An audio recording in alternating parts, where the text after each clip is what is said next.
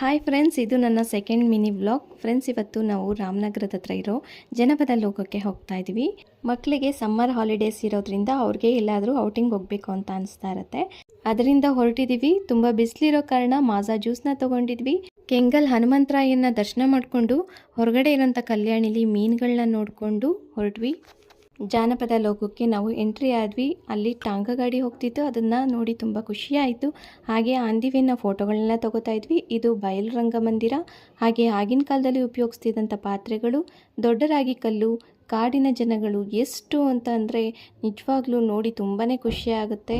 ನಾವಂತೂ ತುಂಬಾ ಮಿಸ್ ಮಾಡ್ಕೊತಾ ಇದ್ದೀವಿ ಆಗಿನ ದಿನಗಳನ್ನ.